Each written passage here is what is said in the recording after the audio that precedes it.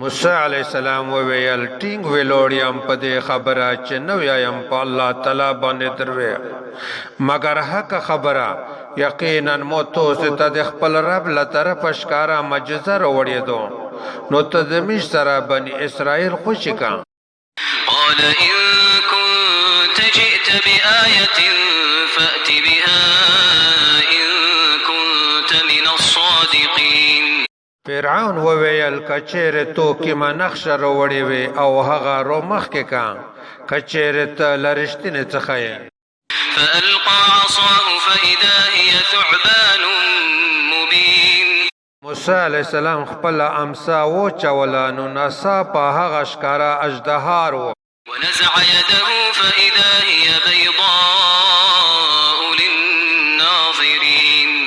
خپل لوس رويستانو نسا په هغه د کتن کې د پورا تک سپین و قال الملأ من قوم فرعون إن هذا لساحر عليم د فرعون د قوم مشرون وویل بشکا دا خامخا ډیر په جادوګر دی يريد أن يخرجكم من أرضكم فماذا تأمرون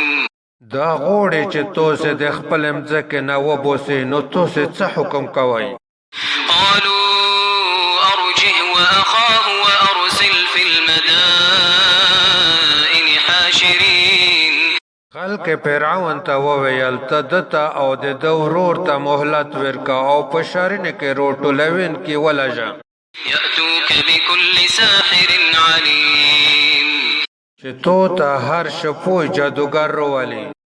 وجاء السحرة فرعون قالوا إن لنا لأجرا إن كنا نحن الغالبين او جادوګر فرعون ته روغلل ویل بشکا د میش د پورا بو لازمن حجرت وی کچیر میش غلبا من دین کشي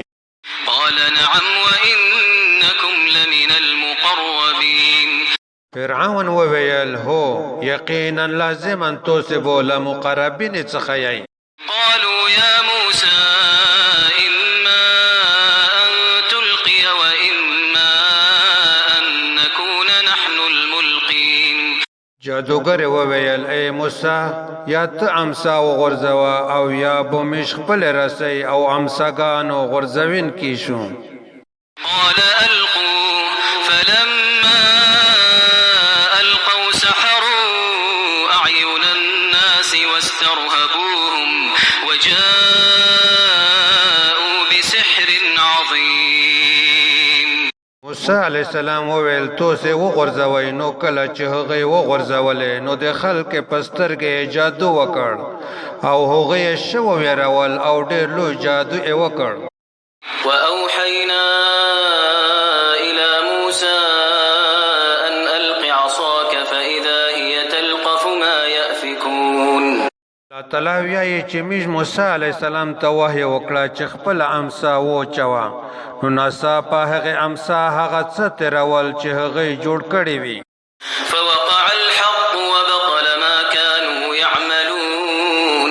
نو حق ثابت شو او هغه څه باطل شول چې هغه وکول فغلبوا هنالك وانقلبوا صاغرين دوی ساحران په دغه ځای کې مغلوب شول او دوی ذلیل اسپک وګرځیدل وألقي السحرة ساجدين جادوګر وغورځیدل په دې حال کې چې سجده کوین کی وي قالوا